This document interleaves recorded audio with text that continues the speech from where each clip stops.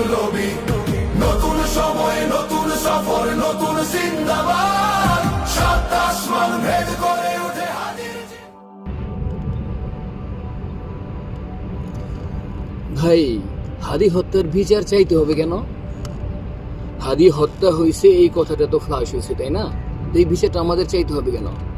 এই বিচারটা চাওয়ার জন্য, এই বিচারটা পাওয়ার জন্য আমাদের রাস্তায় নিবন্ধন করা লাগবে, না খেয়ে রাস্তায় ঘোরা লাগবে, মুড়ি বাতাসা নিয়ে হাঁটা লাগবে, আমাদের ফেসবুকে আমাদের মিডিয়া জগতে এইভাবে ভয়েস রেজ আপ করতে হবে, তারপরে আমরা বিচার পাবো না কেন ভাই? একটা মানুষ খুন হয়েছে, তার বিচার হবে না কেন? তার বিচারের জন্য এত কাহিনী করা লাগবে কেন?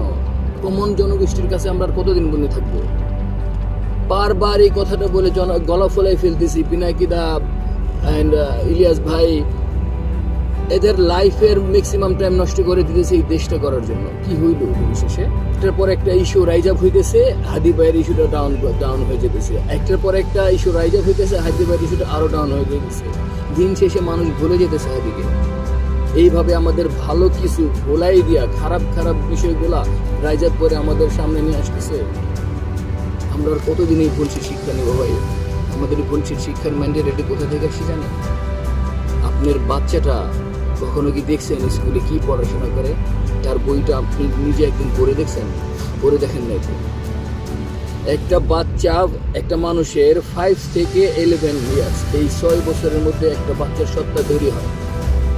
আর ওই সত্তা তৈরি হওয়ার সময় যদি তাকে শিখিয়ে দেওয়া হয় বুলশিট চিন্তা ভাবনা, বুলশিট মেন্টালিটি, যেমন আপনি বইতে লেখা থাকলো শেখ হাসিনার গল্প, বইতে লেখা থাকলো শেখ মুজিবুরের গল্প, বইতে লেখা থাকলো শেখ রাসেলের গল্প, বইতে লেখা থাকলো যারাই বাংলাদেশের বুলশিট মানুষ আছে তাদের গল্প। এই গল্প আপনার দৈনন্দিন জীবনে কোন কাজে আসবে? একটা বাচ্চাকে যদি আবুল তাবুল মন্দিরের কিভাবে পূজা করা লাগে, মন্দির কিভাবে রক্ষা করা লাগে, এইটা কিভাবে করা লাগে, ওইটা কিভাবে করা লাগে, এগুলো যদি শিখায়, বইয়ের সমস্ত কথাগুলো ভরপুর করে দেওয়া হয়, আর সেই সত্তা তৈরি হওয়ার 6 বছরের মধ্যে যদি এগুলাই শিখে, আমাদের বাংলাদেশের মেজরিটি পার্সন ইন্টারমিডিয়েটে যে পড়াশোনা থামায় দেয়, 85% মানুষ ইন্টারমিডিয়েটে যে পড়াশোনা থামায় দেয়, এবং এই 85%-এর মধ্যে তাদের শিক্ষা, বেশিরভাগ শিক্ষা কি থাকে? এইগুলা। কখনো তো আপনি ওর বইটা পড়ে দেখেন, আপনার বাচ্চাকে কি বই দেওয়া হয়েছে পড়ে দেখছেন? একটা মানুষের তার মায়ের যেই শিক্ষা, তার মায়ের যেই বডি ল্যাঙ্গুয়েজ, ছেলে হোক বা মেয়ে হোক, তারটাই বেশি ঢোকে। কেন ঢোকে? কারণ সে তার মাকে সব সময় দেখে, সে তার বাবাকে খুব একটা কাছে পায় না। তো সেই মায়েদের, সেই ধরনের যারা গার্ডিয়ান থাকে, তারা যদি ইন্টারমিডিয়েটে পড়াশোনা থামায় দেয়, আর সেই পড়াশোনা যদি হয় ওই বুলশিট পড়াশোনা, যেগুলোর ভিতরে কোনো কাজে আসবে না, সামাজিক সোসাইটির জন্য কোনো কাজে আসবে না, মানুষ নিংড়ানো, একজনকে ছোট করে কথা বলা, আরেকজন বড় হওয়া, তুমি ছোট আমি বড়, এই যে একটা মানে up and down systematic mentality মানুষের মধ্যে ঢোকায় দেওয়া হইতেছে, আর এইগুলা দিয়ে নেক্সট জেনারেশন তৈরি হইতেছে। আপনি যা শিখবেন আপনার বাচ্চাদেরকে তাই শিখাবেন, কারণ আপনার সত্তায় যেটা মিশে যাবে ওটা তো আপনি পরিবর্তন করার ক্ষমতা রাখেন না। হ্যাঁ, সত্তার কিছুটা পরিবর্তন হয় যখন আপনি গ্রাজুয়েশন কমপ্লিট করে পড়াশোনা, গ্রাজুয়েশন কমপ্লিট করার পরে, not for intermediate, after the graduation complete, then you will get something new from others. আপনি দেখেন ইন্ডিয়ার চালটা কিভাবে দিছে আমাদের মধ্যে, ইন্ডিয়ার চালটা ওরা আমাদের সাথে কিভাবে গেম খেলে আমি আপনাকে একটু বুঝাই দিই। আমাদের বই যেগুলো পাঠ্য করা হয়, এই বইটি একটু পড়ে দেখবেন, বাচ্চারা যা শিখে এটা পড়ে দেখবেন, এখানে কি লেখা আছে। এইগুলা বাচ্চারা শিখে এর বাইরে ওরা কিভাবে যাবে? একটা বাচ্চা দুনিয়াতে আসার পর তারে পরিচিত করানো হয় কি, এটা তোমার বাবা, এটা তোমার মামা, এটা চাচা, এটা সেটা, এটা সেটা, এটা সেটা, ওটাই কিন্তু শিখে। এর বাইরে কিন্তু কিছু শিখে না। এর বাইরে যা শিখে সেগুলো বই। তাহলে ওর মাথায় যা হইলো তা কি হইলো?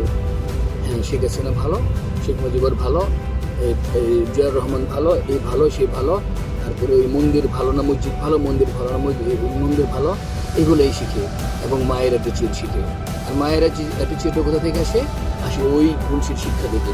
এটা মায়েরও তো দোষ না, কারণ যে মাটা শিখছে তার মা তো এটা ভালো করে জাস্টিফাই করে না, সো এটা দোষ তো তার না।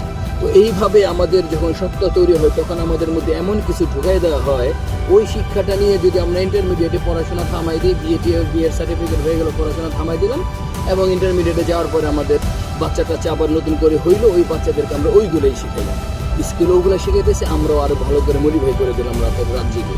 লাভ কি হইলো? আরেকটা জেনারেশন নষ্ট হয়ে গেল, আবার নেক্সট জেনারেশন এইটাই হবে। এই ধরনের জেনারেশন ব্রেকআপ করার জন্য, মানুষের অধিকার আদায় করার জন্য শত বছরে একটা হাদি জন্ম। সেই হাদিকে মেরে ফেলছে ওপেন ফিল্ডে, এখন পর্যন্ত বিচার হইতেছে না।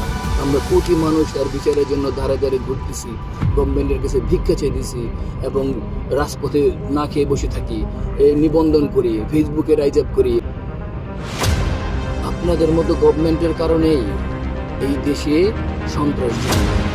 আপনাদের মতো গভর্নমেন্টের কারণেই বাংলাদেশে হাদির মতো মানুষের খুনি জন্মায় এবং সে বেঁচে থেকে তার বিচার হয় না। দয়া ভিক্ষা চাই আপনাদের কাছে ডক্টর ইউনূস।